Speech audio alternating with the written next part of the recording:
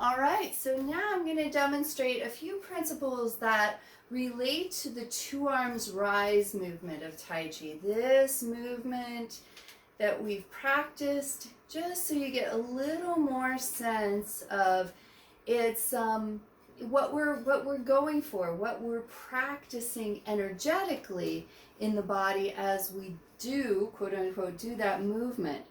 Now, so one of the things that happens commonly with any time we use our arms and also when we use this movement is that, our energy, our upper body kind of comes up and we lose our root. We lose the root.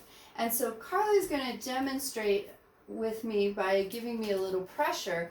If I simply come up with my arms, so I come up and now she's going to kind of show you how stable I am by kind of pushing me around.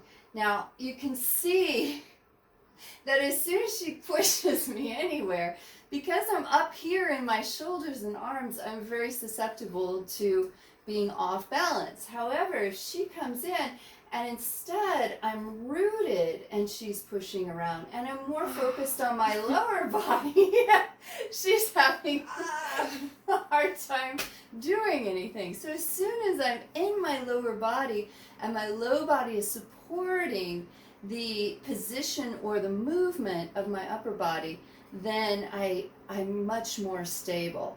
So another part of the two arms rise movement, of course, is that coming up. And with the coming up of the arms, we use the kind of teeter-totter principle of the back going down.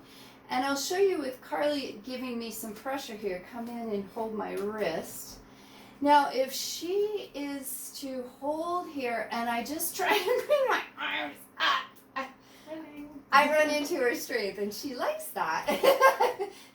So instead, if she comes in, and instead I sink in and go, now I've uprooted her because I've used the back energy and I've settled into the ground. So I'm not fighting her with my arms. She wants to do it again. Come on. So I sink in. Come here a second. I sink in, and then ultimately the energy uproots. So, clear difference. It's a huge difference. One other piece of that two arms rise movement that I want to demonstrate is here when we get to the top of it, I often talk about expanding front and back. It's like a balloon, like a long balloon, the energy going out to the front but also to the back. And the reason that it's expanding in both directions is this. If Carly gives me some pressure here, and actually let's do it in this arm for the video.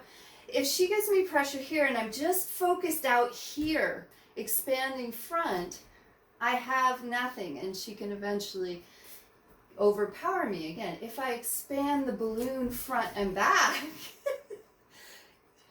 she's struggling. So it's kind of like I have as much focus here as here to create this solid energetic structure through the arm. So that's a few fun things about two arms rise. One other fun thing, and I think I've demonstrated this in another video, but I'll do it again, partially just for Carly.